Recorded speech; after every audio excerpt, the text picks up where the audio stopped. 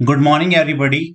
आई am Avanish. और जैसा कि आप सभी को पता है कि UP triple S C JE का सिलेबस आउट हो चुका है। बहुत सारे बच्चों के दिमाग में बहुत सारे डाउट्स हैं कि क्या क्या पैटर्न रहेगा, कैसे एग्जाम में कौन कौन से टॉपिक आ रहे हैं, कौन कौन से सब्जेक्ट आ रहे हैं, उसके बारे में बात करेंगे इस वीडियो के अंदर। आप सभी का स्वागत है अवर एग्जाम में। चलिए स्टार्ट करते हैं। देखो क्या है कि इसमें जो पेपर का पैटर्न आया है, इसमें आपको बोला गया है कि जो पेपर होंगे वो दो पेपर होंगे। एक पेपर 1 होगा और एक आपका पेपर 2 होगा। पेपर जो 2 होगा वो आपका एक जो जो तो आपकी स्ट्रीम है उस पर डिपेंड करेगा। यदि मैं सिविल की बात करता हूं तो ये सिर्फ कोर ब्रांच का रहेगा, ऐसा सिविल। इसमें क्या होगा, इसमें आपके 150 क्वेश्चंस आएंगे। वो आपको 2 घंटे के अंदर करने पड़ेंगे 150 क्वेश्चंस। और ये आपके हर एक क्वेश्चन आपके 4 मार्क्स का रहेगा। तो दैट मिला के आपके पास क्या हो जाएंगे, 600 मार्क्स के आपके पास ये रहेगा। पेपर 1 के अंदर मेरे पास इसको भी आपके पार्ट 1 पार्ट 2 में डिवाइड किया गया है। पार्ट 1 और पार्ट 2 में आपका डिवाइड किया गया है। पार्ट 1 के अंदर आपके पास क्या आ रहा है, हिंदी और इंग्लिश दोनों आ रहा है। हिंदी और इंग्लिश, इसमें क्या होगा, दोनों के मिला के 50 क्वेश्चन है।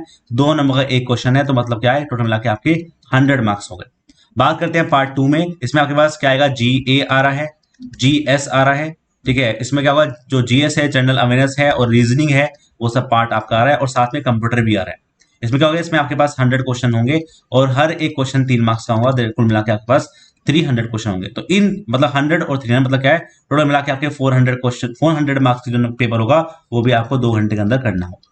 बात करते हैं जो आपके पास सेकंड पेपर आ रहा है सिविल इंजीनियरिंग का कोर ब्रांच के अंदर। उसमें कौन कौन से टॉपिक्स आ रहे हैं, कौन कौन से सब्जेक्ट आ रहे हैं, कौन से सब्जेक्ट को यहाँ पे नहीं लिया गया है। तो बेसिकली यहाँ पे क्या है, फर्स्ट पार्ट में आपका बिल्डिंग मटेरियल कंस्ट्रक्शन लिया गया है, soil mechanics, surveying, fluid mechanics, highway engineering, railway engineering, environmental engineering, RCC, steel design and estimation costing और सॉम स्ट्रक्चर को यहाँ पे पार्शियली लिया गया है। और एक बात को ध्यान रखेंगे, यहां पे इरिगेशन हाइड्रोलॉजी को नहीं लिया गया है।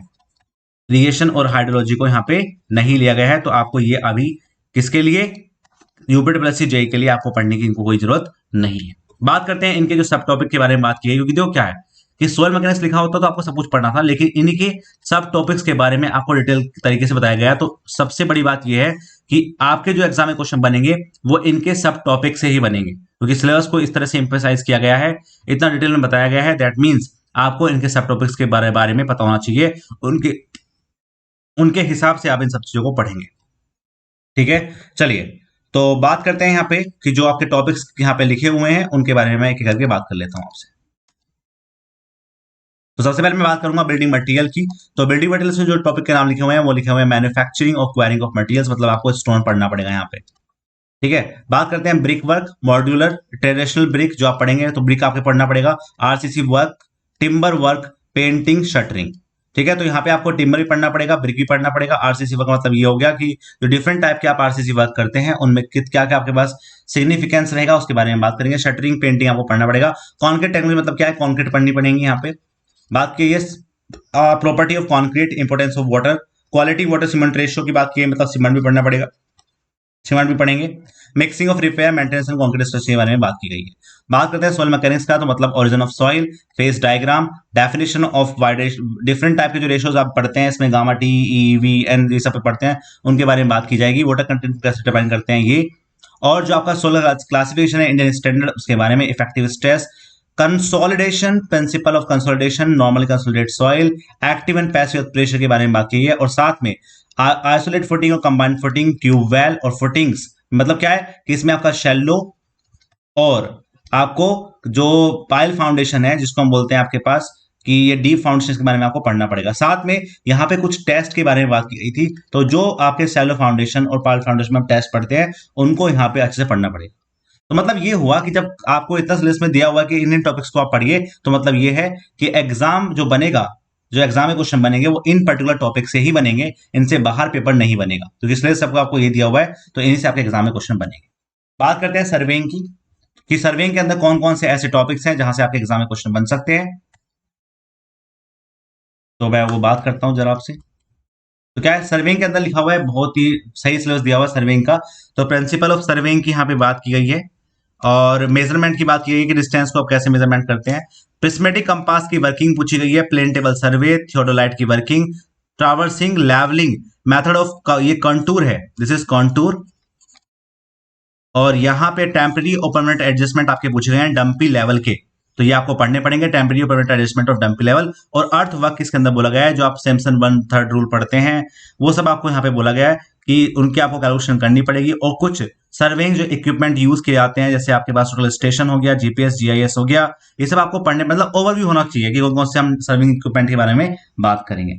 बात करते हैं फ्लूइड मैकेनिक्स। तो ये सिलेबस लिखा हुआ है फ्लूइड मैकेनिक्स, मतलब क्या है, प्रॉपर्टीज ऑफ फ्लूइड, मतलब चैप्टर 1। मेजरमेंट ऑफ फ्लो जो आप पढ़ेंगे कि कौन कौन से ऐसे मेथड होते हैं जिनसे आप आपके फ्लूइड को मेजरमेंट कर सकते हैं। ओपन चैनल फ्लो पूरा आ रहा है, पंप आ रहा है और टर्बाइन आ रहा है। तो मतलब ये हुआ कि कुल मिला के आपको फ्लूइड के अंदर इन टॉपिक्स पे काम करना पड़ेगा। हाईवे इंजीनियरिंग के अंदर हाईवे इंजीनियरिंग मतलब जो ज्योमेट्रिक डिजाइन आप पढ़ते हैं हाईवे इंजीनियरिंग का, वो पढ़ना पड़ेगा, इसकी हिस्ट्री। और दूसरा यहाँ पे आपको मटेरियल्स भी पढ़ने पड़ेंगे, क्योंकि हाईवे इंजीनियरिंग लिखा हुआ है तो मटेरियल्स भी पढ़ेंगे यहाँ पे। Traffic engineering, sweepers, highway drainage के बारे में आपको पढ़ना होगा। बात करते हैं रेलवे इंजीनियरिंग के अंदर, सिर्फ लिखा हुआ है ट्रैक ज्योमेट्रिक डिजाइन जो आप करते हैं, ट्रैक का जो ज्योमेट्रिक डिजाइन होगा उसके बारे में आप बात करेंगे। एनवायरमेंटल इंजीनियरिंग के अंदर एम्फेसाइज कर दिया सिलेबस को, यहाँ पे आपका ट्रीटमेंट ऑफ वाटर और सीवेज ट्रीटमेंट नहीं आ रहा है, सिर्फ quality water, need of sanitation, sewage system की बात की, मतलब सीवेज डिजाइन जो आप करते हैं इसमें आप पी ट्रैप, डिफरेंट टाइप के जो प्लम्बिंग सिस्टम पढ़ते हैं वो आपको यहाँ पे बात करनी पड़ेगी।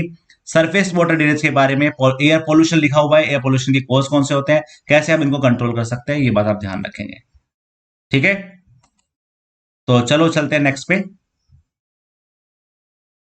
फिर आपके पास क्या है, देखो जो यहाँ पे लिखा हुआ है, यदि मैं आपके पास सोम और स्ट्रक्चर की बात करूं तो ये आपका पार्शियली आ रहा है, इसमें बहुत कम टॉपिक आ रहे हैं। मतलब टाइप्स ऑफ बीम के बारे में बात की गई है, जो सिंपल सपोर्ट बीम होती है कौन सी होती है, फिक्स बीम कौन सी होती है, कौन कौन से इस पर लोड एक्ट करते हैं, डिटरमिनेसी बात की गई है यहाँ पे, जो आपका स्ट्रक्चर का पहला चैप्टर है कि डिटरमिनेसी और इनडिटरमिनेसी जो आप डीके और डीएस पढ़ते हैं उनके बारे में बात की गई है। और स्लोप डिफ्लेक्शन कैलकुलेशन की बात की गई है only in simply supported beam and the cantilever beams के बारे में। तो सिर्फ आप सोम और स्ट्रक्चर के अंदर इन चीजों पे ही काम करेंगे, इससे बाहर कोई चीज नहीं पढ़ेंगे।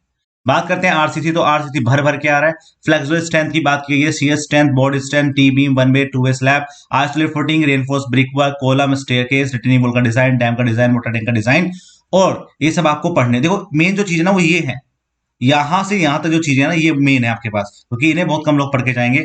आइसोलेट फुटिंग, कॉलम का डिजाइन, स्टेयरकेस का डिजाइन, रिटेनिंग वॉल का डिजाइन, डैम, वाटर टैंक, कौन कौन से इसमें इंडियन स्टैंडर्ड जो आप कोड यूज करेंगे उसके कौन कौन से नॉर्म्स होंगे उनको आपको पढ़ना है यहाँ पे।